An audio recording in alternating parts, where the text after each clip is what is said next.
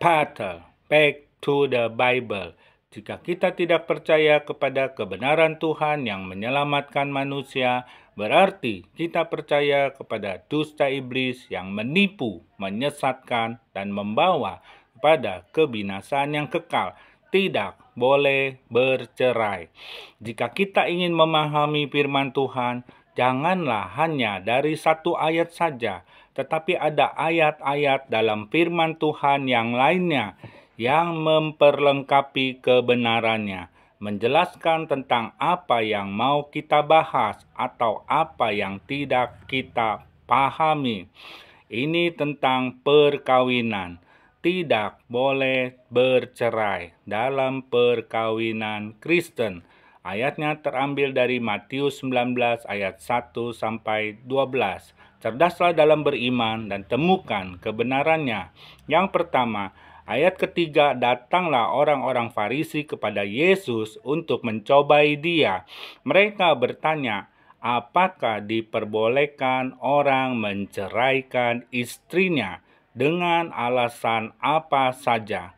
Tuhan Yesus dengan tegas menjawabnya. Ayat 6, karena itu apa yang telah dipersatukan Allah tidak boleh diceraikan manusia. Saya ulang sekali lagi. Karena itu apa yang telah dipersatukan Allah tidak boleh diceraikan manusia. Jadi dari jawaban ini cukup jelas. Dengan alasan apapun tidak boleh diceraikan. Yang kedua, Matius 19 ayat 7 dan 8.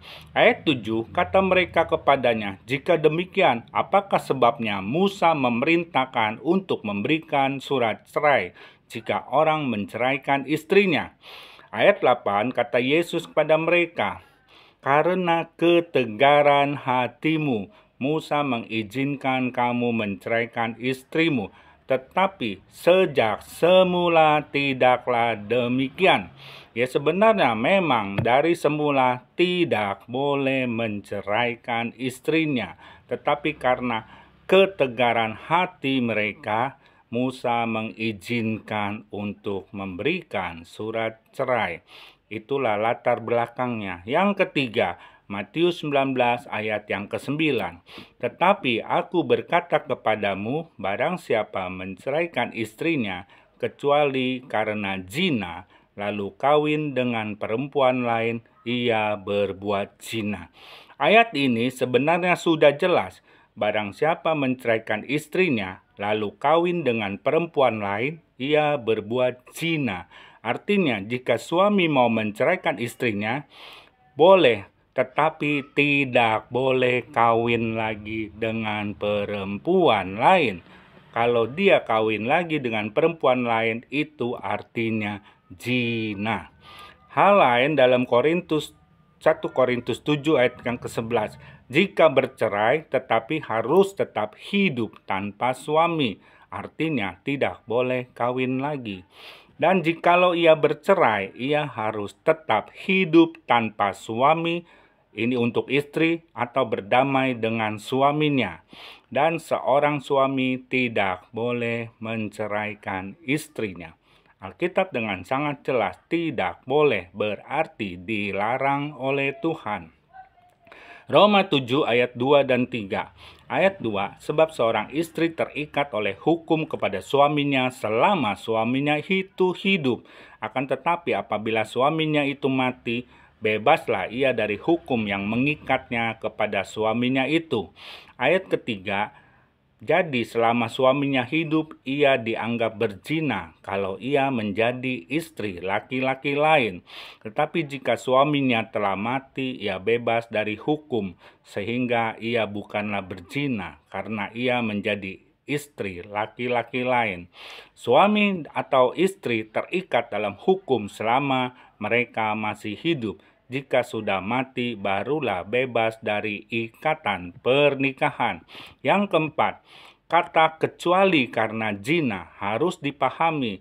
Yesus berbicara kepada orang-orang Farisi. Dalam hukum Taurat, orang yang berzina haruslah dirajam, dilempar batu sampai mati.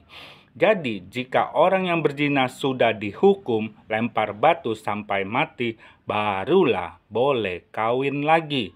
Begitulah latar belakang apa yang Yesus katakan. Tadi sudah sangat jelas.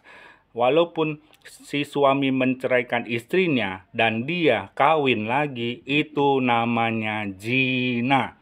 Walaupun istrinya berzina. Jadi suami tidak boleh kawin lagi jika menceraikan istrinya. Dia harus tetap hidup sendiri. Yang kelima, dalam Maleakhi 2 ayat 10-6, Tuhan memarahi Israel karena kawin campur dan perceraian. Maleakhi 2 ayat 14, Tuhan menjadi saksi dalam perkawinan. Ayat 15, jadi jagalah dirimu dan janganlah orang tidak setia terhadap istri dari masa mudanya. Ayat 16, sebab aku membenci perceraian. Firman Tuhan Allah Israel, pada dasarnya Tuhan membenci perceraian, artinya tidak diperbolehkan berceraian. Karena Tuhan telah menjadi saksi dalam pernikahan ketika seorang dipertemukan dan diberkati di gereja. Yang keenam, Tuhan itu konsisten dengan firman-Nya. Apapun yang terjadi, suami harus mengasihi istrinya. Jika istrinya bersalah ataupun berzina, ampunilah dia. Efesus 5 ayat 28. Demikian juga suami harus mengasihi istrinya sama seperti tubuhnya sendiri. Siapa yang mengasihi istrinya, mengasihi dirinya sendiri. Ayat ini, suami harus mengasihi istrinya. Jadi, jelas sekali firman Tuhan dan apa yang Yesus ajarkan.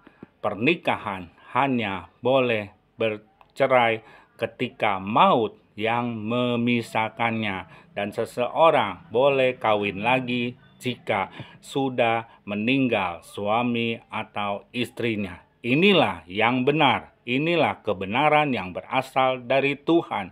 Janganlah mengikuti apa kata orang atau apa kata hamba-hambanya yang belum tentu benar dan tidak sesuai penafsiran yang dari Tuhan ataupun tidak sesuai dengan kehendak Tuhan. Kembalilah ke jalan yang benar. Back to the Bible. Yesus mengasihimu. Bersatulah dalam ikatan pernikahan. Itulah kehendak Tuhan. Itulah yang terbaik daripada engkau bercerai. Amin.